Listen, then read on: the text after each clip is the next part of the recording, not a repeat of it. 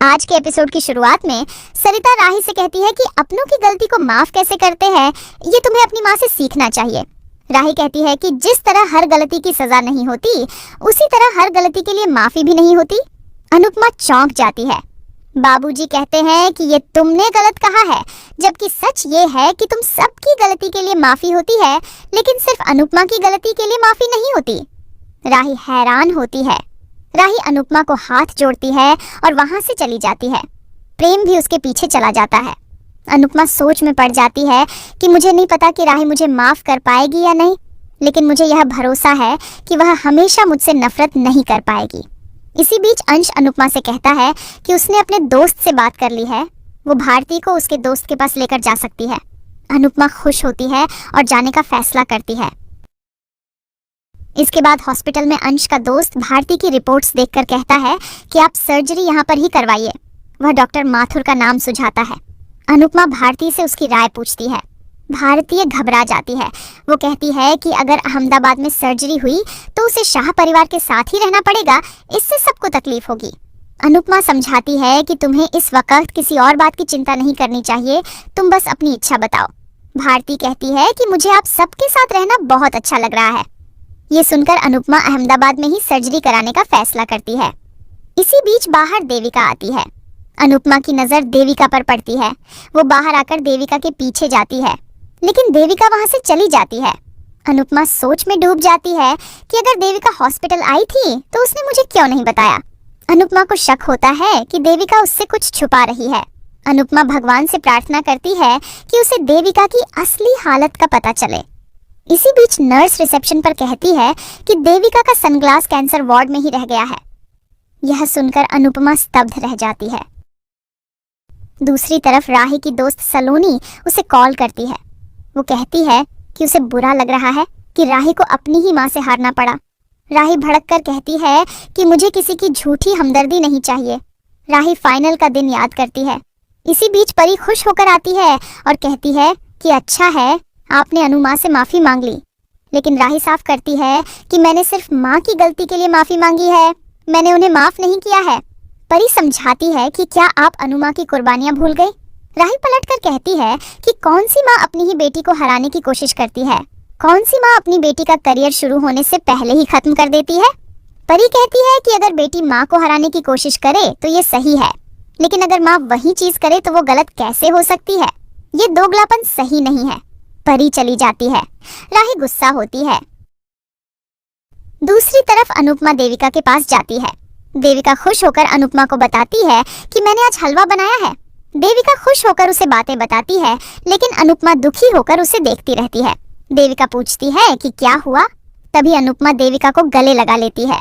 देविका पूछती है कि क्या हुआ। अनुपमा रोते हुए कहती है कि मैं तुम्हें कुछ नहीं होने दूंगी, मैंने तुम्हें हॉस्पिटल में देख लिया था। देविका रोते हुए अनुपमा के गले लग जाती है। दोनों की आंखों से आंसू बहने लगते हैं। दूसरी तरफ राही के पास प्रेम चाय लेकर आता है। राही गलती से अपना हाथ जला लेती है। प्रेम प्यार से समझाता है कि गर्म चाय से सिर्फ हाथ जलता है, लेकिन गुस्से से आत्मा जलती है। प्रेम राही से अनुपमा को एक मौका देने के लिए कहता है।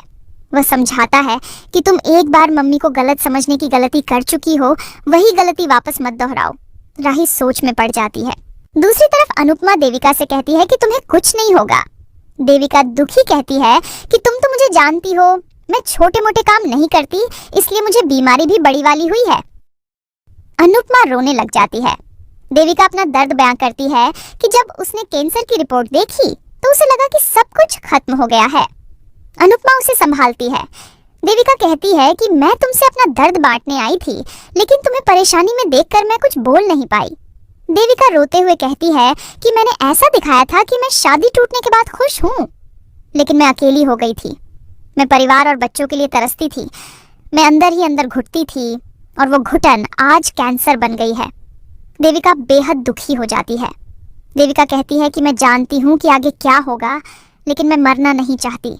हर किसी को मरना होता है, लेकिन इस तरह मौत को सामने देखकर ये पल मौत से भी डरावना लगता है। देविका टूट कर रोने लग जाती है। अनुपमा उसे गले लगा लेती है और कहती है कि तुम्हें कुछ नहीं होगा, हम दोनों साथ मिलकर लड़ेंगे। इस बीमारी को मुझसे भी लड़ना होगा। तुम अकेली नहीं हो, मैं तुम्हें अकेला नहीं छोड़ूंगी। अनुपमा देविका को हिम्मत देते हुए कहती है कि तुम ये कैसे भूल गई कि तुम देवी का रूप हो। तुमसे तो वो भयानक वनराज शाह भी डरते थे, तुमसे तो सब कांपते हैं। तुमने मुझे हर बार संभाला है, तो तुम खुद हार कैसे मान सकती हो। अनुपमा देविका को याद दिलाती है कि मुझे भी बीमारी हुई थी और आज मैं एकदम स्वस्थ हूँ, तो तुम भी सही हो सकती हो। तुम मेरी हिम्मत बनी थी, इसलिए आज तुम टूट नहीं सकती। देविका कहती है कि क्या तुम मेरा साथ दोगी। अनुपमा कहती है कि मैं हमेशा तुम्हारे साथ हूँ, मैं तुम्हें कुछ नहीं होने दूंगी। हम योगा करेंगे, आयुर्वेदिक दवाई लेंगे, हर मंदिर जाएंगे, हम सब कुछ करेंगे। हम दोनों मिलकर इस कैंसर की ऐसी तैसी कर देंगे। अनुपमा देविका से वादा करती है और देविका को गले लगा लेती है। अनुपमा मन में भगवान से प्रार्थना करती है कि हमारी हिम्मत टूटने मत देना और देविका को जल्द से जल्द ठीक कर देना। दूसरी तरफ ख्याति राही से पूछती है कि अनुपमा जी ने क्या कहा। राही कहती है कि कुछ नहीं कहा। ख्याति राही से माफ़ी मांगती है और कहती है कि मैं अनुपमा जी से माफ़ी मांग चुकी हूँ, लेकिन पराग जी मुझसे बात ही नहीं कर रहे हैं। घर में सभी मुझे गुनहगार के जैसे देख रहे हैं। तभी पराग कहता है कि आपने गुनाह किया है और भगवान की कृपा से आपका गुनाह पाप बनने से रह गया। अगर अनुपमा जी को कुछ हो जाता तो आप जिम्मेदार होती। तभी मोटी बा कहती है कि क्या अब आरती में भी अनुपमा के नाम का जाप होगा। अनुपमा जी ठीक है और वो मुकाबला जीत गई है। ख्याति ने माफ़ी मांग ली है, तो अब आगे बढ़ो। क्या अब हम सब मिलकर नाक रगड़कर माफ़ी मांगे। प्रेम कहता है कि हमने काम तो ऐसे ही किए हैं। मोटी बा उसे चुप रहने के लिए कहती है।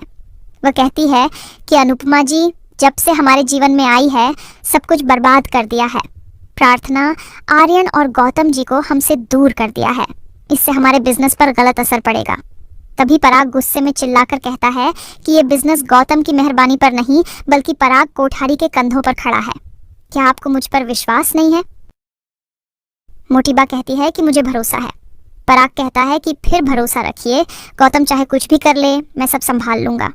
पराग ख्याति से साफ कहता है कि ऐसी गलती के लिए मैं आपको माफ नहीं कर सकता, लेकिन अगर अनुपमा जी आपको माफ कर दे तो मैं कुछ सोच सकता हूँ।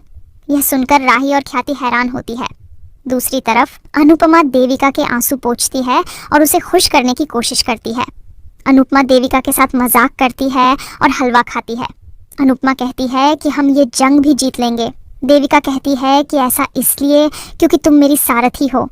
अनुपमा देविका को गले लगाती है और देविका के साथ बिताए खूबसूरत पलों को याद करती है। अनुपमा शायरी के रूप में सोचती है कि मेरी हर परेशानी में तुमने मुझे संभाला था। अब तुम पर दुख आया है तो अब मेरा फर्ज निभाने की बारी आई है। इसी के साथ एपिसोड खत्म हो जाता है। अगले एपिसोड में देखने को मिलेगा कि अनुपमा और देविका को घर में आवाज आती है। वे दोनों घर में देखती हैं और उस आदमी को पकड़ लेती है। अनुपमा सबको बुलाती है, सभी उस पर गुस्सा करते हैं और उसे पीटते हैं।